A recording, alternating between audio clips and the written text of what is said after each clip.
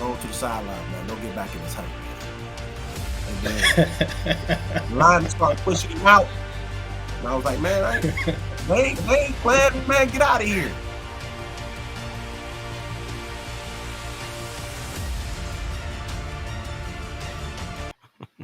So, you know, I was looking at the record books, and so personally, right? I grew up on the north side. I grew up like 4 blocks from YSU.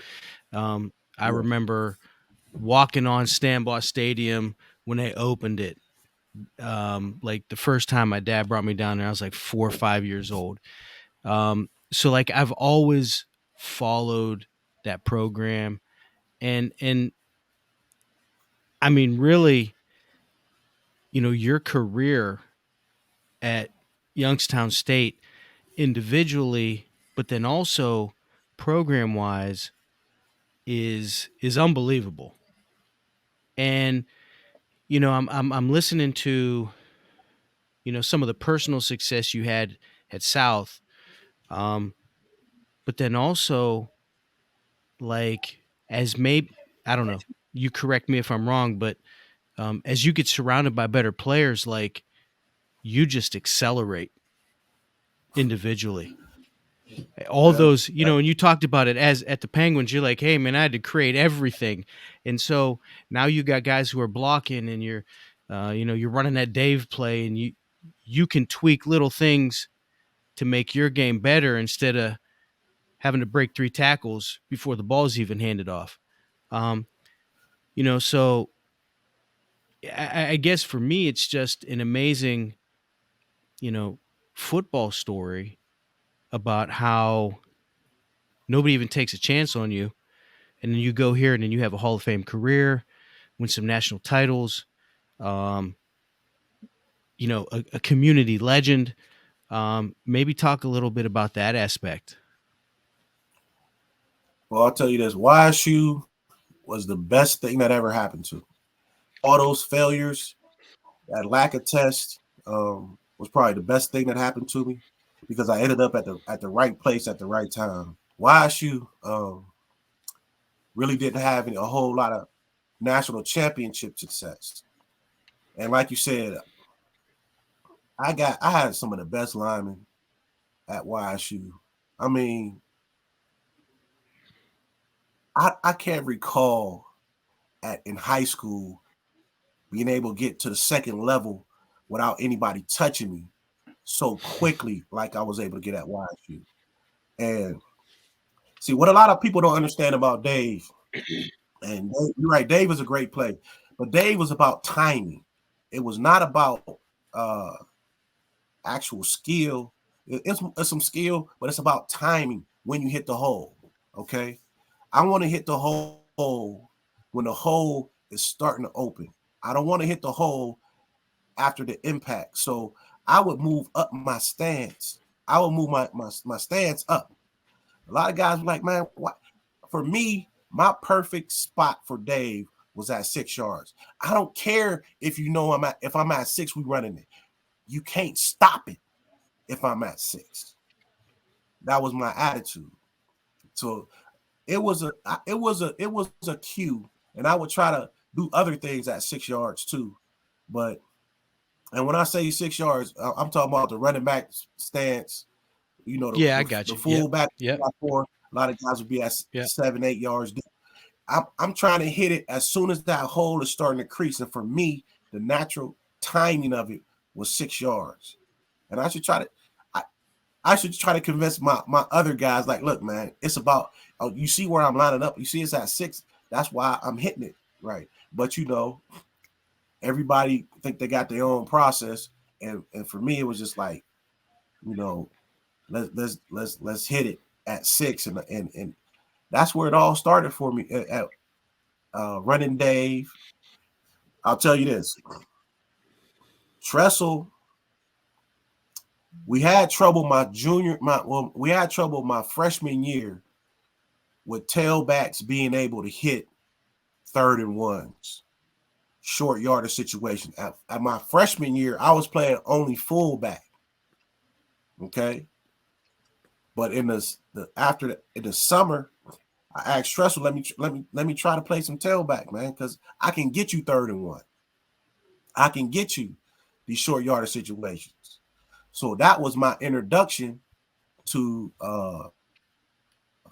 playing tailback. And I wasn't gonna give fullback up because I got 700 yards at fullback, and I ain't even have 100 carries. So I Yeah, it was was getting like a loose at full. ridiculous, like 6.3 yards a carry your freshman year. It was ridiculous. Yeah, nasty, bro. We used to run this play called G Give, and I'd be on top of them linebackers so fast. It was, man. I was killing it at fullback, and I'm not gonna get him. I'm not giving them carries up, bro. Tressel was like, nah. If a guy getting 6 yards, I'm not gonna let you give him up. But I played where look, it's a simple game. Who getting the ball? Okay, I go play that. Whoever go get it, I'm gonna play it. I don't care. A lot of guys get stuck at I only want to play tailback. Nah, I'm like you said, I'm averaging 6 a crack at G Gig. I'm with my hand in the dirt. I'm just flying out of there and I'm getting loose. Because my big guys, I learned how to hide behind those guys, and it's a unique play that I don't care what level you run it at. If you got a quick enough guy and you got that tackle to come down and that guard to fold, if a guy hits that seam right, and I would and again, it's about timing. I would go up to about 3.5 so I can hit it right behind that guard, and I'm on top of that linebacker so fast that makes the option that more effective. When we had Ray Isaac at quarterback at the time, that made G option more effective because now that linebacker got to fly out of there. So I'm able to get on his front leg and cut him down when we run G option.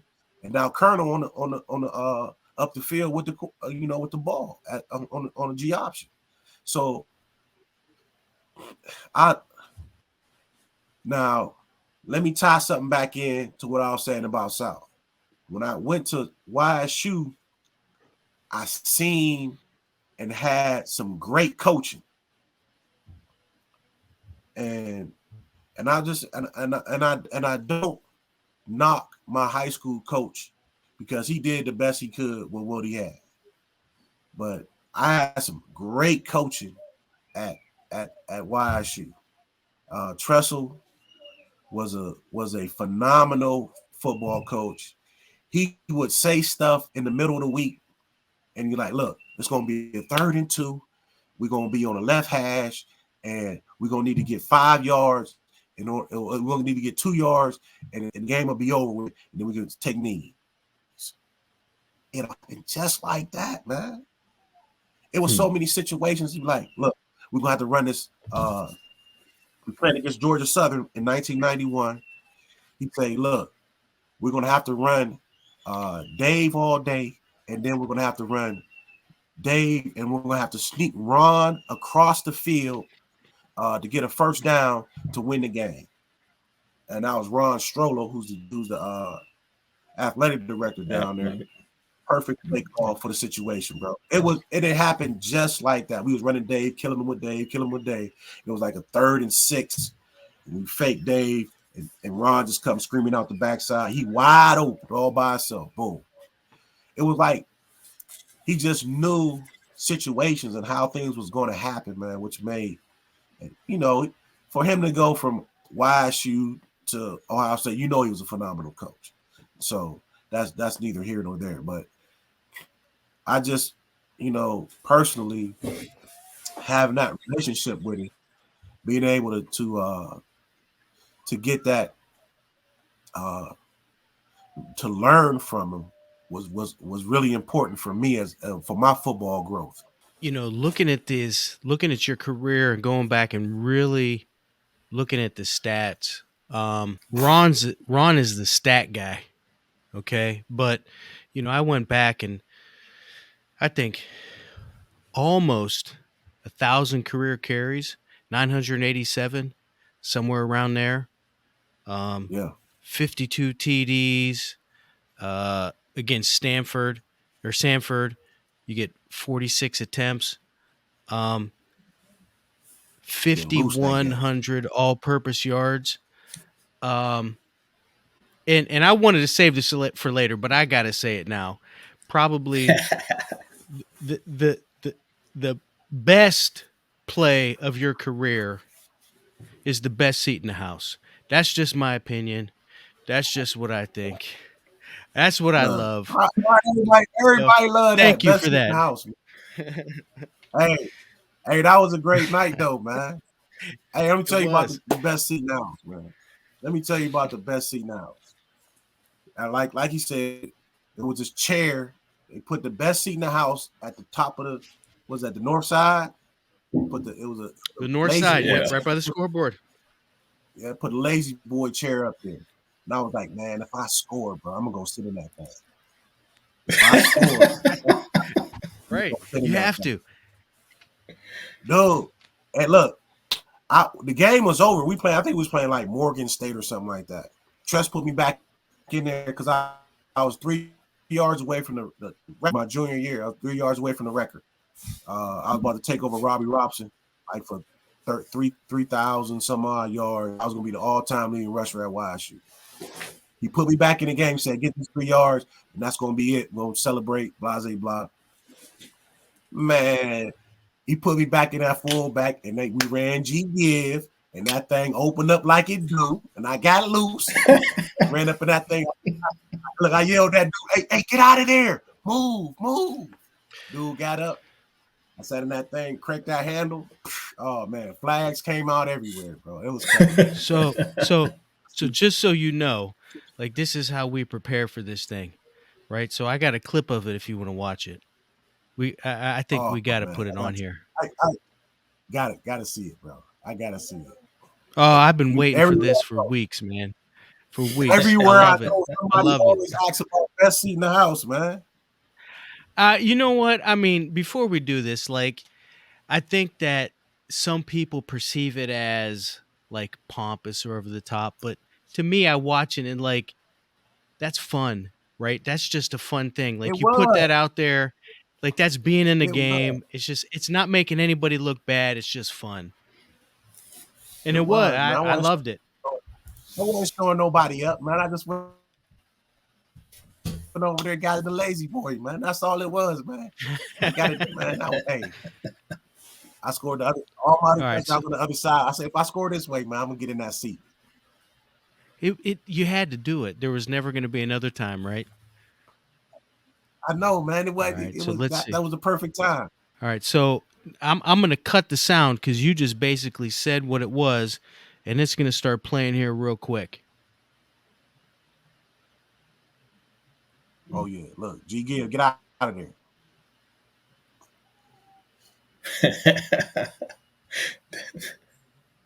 In there. Go up there. I love it. I love it.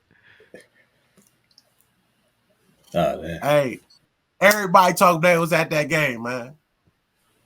We gotta Everybody watch it said one more. that game, man.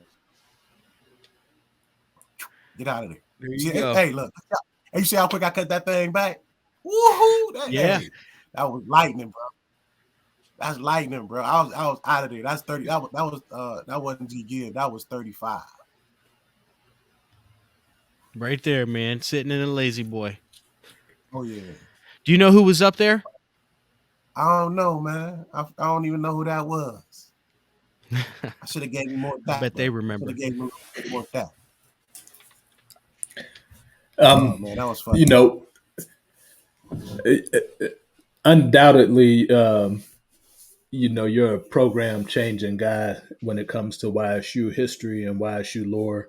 You know, you're one of the special guys that come out of South. You're an original Penguin. You know, after you wrap up your playing career, uh, you know, you had some time in, I believe, Cleveland's camp and Washington's camp. Yeah. But then, you know, like all athletes, all players, you eventually have to find a way into life after competition. And you've certainly stayed near the game. Your sons have been really good players in the area. You've coached and had some stops at, I believe, Youngstown Christian. Is that right or wrong? No, my son played at Youngstown Christian. I didn't coach there. I coached Okay, at I'm sorry. I coached You at were at Camel, Camel, Camel, correct? yeah, Camel, Gerard. I coached at YSU one year, uh, and then I coached at Wilson. Then I coached at East. So when you move into that coaching a lot, and I've coached, Dallas coached, you've coached. A lot of it is you want to make sure that young men are getting some positive influence, and maybe that almost that big brother. Let me show you how to get some of what you want. Um, Yeah, in in all your moments of being a player that has had to work his way into that recognition, grind his way into getting the most out of football that you could possibly get out of it. What are the moments that you take away from the game that stick close to you? Like if you were summing up, you know, being in the spotlight, being underrated, being a guy who's not even, in the coach's head to be one of his running backs. What's that that key pinpoint part of your whole career, and it could be coaching, playing, or what have you, that sums up who you are as a player. yeah. I would say, I had a lot of fight, man. I had to get it out the mud from day one. I just a lot of fight on every level. Um, like my dad said, go earn your respect. So that's what I did. I went out and got it, and nothing was ever given to me. On no level did anybody expect Tamron Smith to be the best at wherever I was at that time. But I made him. I made them give it to me. I made each and every one of them respect me. And that was the key for me after every game. You know how you go dap guys up after the game, the other team. And guys would look me up to say, you know what, man? Oh man, you played a heck of a game. And when I played against a couple guys that played in the NFL, uh, one being um Brock Marion played against him against Nevada. Mm-hmm. He was like, he came up to me and was like, dude, I ain't never met nobody who run as hard. You run so hard, man. And I respect, because I was trying to kill him. I ain't gonna lie to you, I was trying to kill that man when we was playing, because he was the All American safety. Yeah. You on my list, man. And that's what it was for me, man. I was out there every game, every day, trying to, whoever supposed to be the best, man, I got to take you down. And if they took me down, then bro, I give it to you, the best. I don't know. I don't know too many wars I lost. Now I'll tell you one dude that gave it to me. Dude named Zeno Brown from Edinburgh. First game of the year, my freshman year, did me dirty, grimy. But I ain't. But I respect Zeno. Wherever Zeno at in this world right now, much respect to you, homie, because did me super dirty. I mean, he was everywhere. Hey, You ever be like, oh, this dude is everywhere. I don't know. Is it two of them out there? Where this dude is everywhere. us fighting Zeno, Scots, we all us fighting Scots, we swear we wasn't supposed to be there. We mad that we're there, but it's the only place that's giving us opportunity. So, when you get hey, that chance to step up a level, it's like, oh yeah, I'm about to let them know. They passed hey, over me. I felt the same way playing against Appalachian State. It's like, and I feel disrespected that I'm not here already, but you go where you go, you land where you land, and you just got to make the most out of it. Um, Yeah, uh, one other area that I'm kind of curious about. Um, well, there's two things, and um, it doesn't have to go long, but you've had some battles in your life and things that you've had to overcome, and then I'm sure with getting some of that competition part out of your blood, and it's obvious by all the yards, tackles, and accolades that you racked up over your lifetime that you exhausted yourself as a football player and gave all that you could give, but you still face uh, hurdles as you mature and age. Now you had a situation where you were attacked. Uh, Can you touch on that for a brief moment? yeah. All right, real quick. Um, and to me, it was just pure, pure hate how it went down. But one day, I think this is like the anniversary. I this happened on the 29th of October 1995. Me and my buddies, we go to a bar on the east side, um, all Southside dudes, and it's always been some rivalry with other sides of town throughout the years.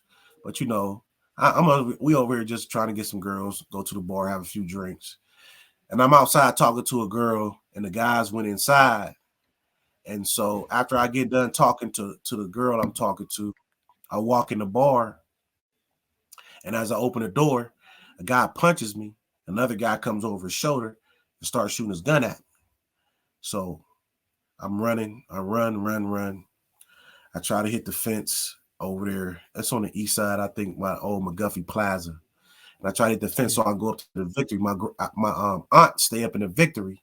So if I think I hit this fence, I'm gonna be all right. But as I'm going and hit the fence, a bullet hit me on my side of my face, and I lose my eye that night. And just fortunate, man. I thank this guy every time I see him, and he just recently passed away. My cousin's boyfriend, Terrence, was right there, and he picked me up and took me straight to the hospital. So I would have bled out in 15 minutes, but that's how fast I got to the hospital. So I was fortunate that night uh, that somebody that cared about me was there to help me at that time. And I always tell kids nowadays, man, look, I know you want to have fun. I know that you think ain't nothing gonna happen to you, but you don't never know when something's gonna happen. Because if I knew I was gonna get shot that night, you know what I would have did? Not win. And that's the only message I can relate to you is it's not the fact that you won't have fun, but sometimes, man, you know what they tell you. Don't nothing good happen after 12 o'clock at night. I'm sorry, but that's just the truth. And as a young person, you trying to, get through these things, and sometimes you don't things happen to you. And that was a huge setback for me personally because it took away, vision. It took away my ability to play football. It took away uh like 2 years of learning how to walk, run, pick the ball up. Because if I dare either one of you to put a patch over your eye and just start running, your equilibrium is messed up. You ain't gonna be able to do it. You're gonna have to try to catch your balance because we're all used to operating on what they call a 3D, on a 3D version of the world. But at this time, I'm only operating on two D, on two planes. That's the only thing I see in. So to adjust to that took me about 2 years. So I try to tell kids all the time, man, look, It may sound good, but save your own life, man. You don't know when it's gonna happen. You don't know. You can only hope that it don't happen to you. People go out all the time and die. All the time. So So if I can ask, like, ha, you you have two impactful things happening at that point in time, right? Number one, it's a traumatic event that happens, to you, and then number two, it's probably the end of your pursuit of football, and yep. so it's if that were to happen to anybody, you're dealing with a traumatic event, right? So then you have this other talent and thing that you're pursuing. So you got this other level of disappointment, of despair. Like that had to be an extremely difficult time to that you were going through then. Yeah. It was I would say it was a nightmare, man. It was a nightmare time. You just like, dude, I didn't even do anything.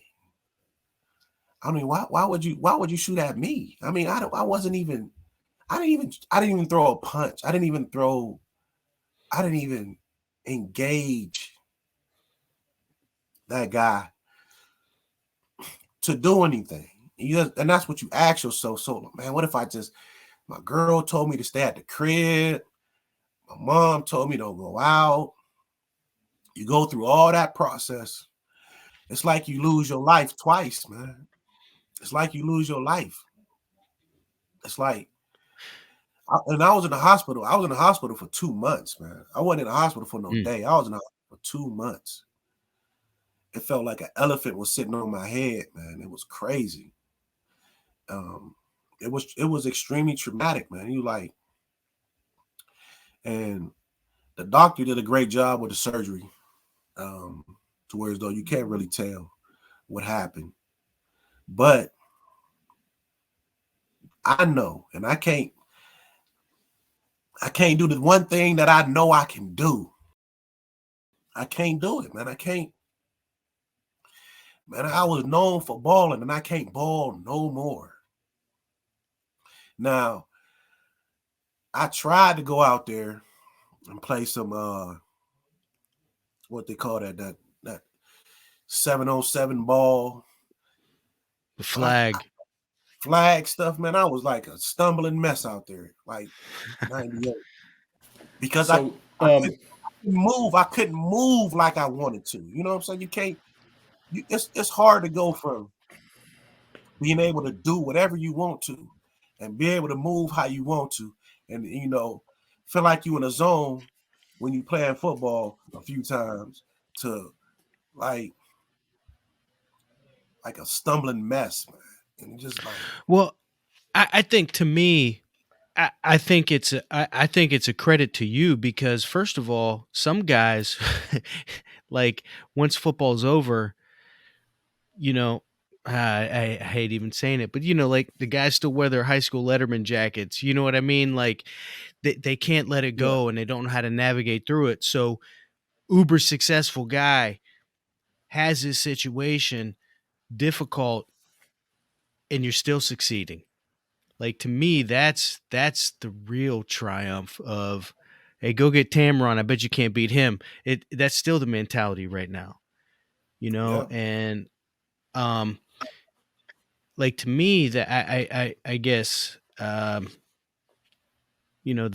the really the legacy that you bring in, still helping kids, young men navigate some of those things, um, despite still being that winner, that warrior mentality that you have. yeah. With the kids nowadays, you gotta. Nobody had to carry us to your success, right? Nobody had to. You wanted it so bad for yourself that It was the only thing I can remember. They would ask me stuff about like, well, what did you think about this, this, and this? And when you was in high school, and I was like, I don't even remember playing football. I don't even remember the football stuff because my mind was so trained on I want to get to the next level that I don't know how many other people in the world can do it. I played with blinders on, man. I didn't even think about, you know, being an all-American football player at YSU. All I thought about was running Dave the next play, being successful and running Dave the next play. And hopefully my SID will recognize me as a good enough football player. And it's crazy. And you try to teach these young guys, look, man, if you just do the work, it'll come. But don't nobody want to do no work. That's why it's special. And when the kids that gets the success, man, we got to celebrate them and work with them and get them and move them forward because how many people want to get down in that mud and get it? It's hard. It's really hard to go down there and get it, man. And whenever it's a young guy that's you kind of sort of see it in them, I gotta get you, man. Come on, man. Let's bring you along. Let's go out here and get this work. Because that's what it's about, But man. Go but I ahead. think that's kind of the trap right now in today's society. It's all about the outcome, and it's not about the process, Yeah, right? true indeed. All all True indeed. all all, th- all those all that difficulty you had, that lack of success, that eventually led to you being a Hall of Famer and having those opportunities. But you know, only anybody sees when you arrived, Yep. and and Nobody. and that's the challenge now. It is. And but that's what makes it so great, man, is because when you can find, see, this ain't for everybody. Success ain't for everybody. We all want to succeed, but success is going to be for those who try and thrive and work at the little things that's going to make it special. Everybody can't be what you going to be. Everybody not going to have it because they don't got that go get it. I don't care what area that you operate in. If you don't got no go get it in it, you ain't going to be successful. You know what I'm saying? Y'all, look, y'all had to get up, do whatever y'all had to do to get on this podcast tonight. Y'all got that go get it to get it done. We here. We got the mics up, everything set up, bills paid. Let's get it. That's go get it. And that's what we got to create with these kids. Go get it, man. All that, because everybody wants stuff handed to them. No, I want me a NFL contract. You know, you got to be how good you got to be just to go to the NFL. Period. To go to the NFL. All three of us played football. None of us played on the NFL level, and we was all good. But it's hard, man. Even the best of us, it's hard for that. You got to be the best of the best of the best, and don't Right. nobody want to recognize that part of it, and don't nobody want to work like, hey, I know it's a hard, but I'm gonna give it everything I got, and that's one thing And that they hey, snap from. Hey, I got it. I got. we I'm don't we don't even think about some of the best of the best of the best. Even at that level, somebody's the last man on the totem pole, and exactly, they're going home. So exactly. like at, at all those yards that you accumulated, all those tackles, all those hits, big time games. Uh, you got clips that live on. You're a Hall of Famer at YSU, which that I think is special because you're a homegrown guy. You I think when it's all said and done, I think we all aspire to want to be and challenge ourselves around guys at the top level. But ultimately, I think, the universe puts you exactly where you're supposed to be for a particular reason. And for you, if you could get one more down, if you could be in your prime, where you want to be at, what number you want to be wearing when you do it, and who you want to be playing with. Oh, one more down. Okay, Yes, I'm at sir. Wise. I'm at YSU. I'm playing in the national championship, 1992, 4th and 1, and I go smack Aaron Green before that play. Like, man, look, block the dude, block the dude. That's coming down across your face. That's the only down I ever. That's the only down I regret in football my whole life. 4th and 1, 92 national championship game. It's the only time I ever got stopped on a 4th and 1. Freaking Aaron Green, the tight end, let a guy cross his face. On the day we got reduced. He let the guy cross his face, and the dude held me up from getting across there, man. So that's the down. That's the only down I want back, man. That's the only one. Because you gotta remember in 92, you seen we came. You remember that? We came all the way back from 20. We was down 28 scratch. 28-0. Yep. And we came all the way back to top that joint. But if we score the time before that, we go up 35-28. You see what I'm saying? Because I would have scored.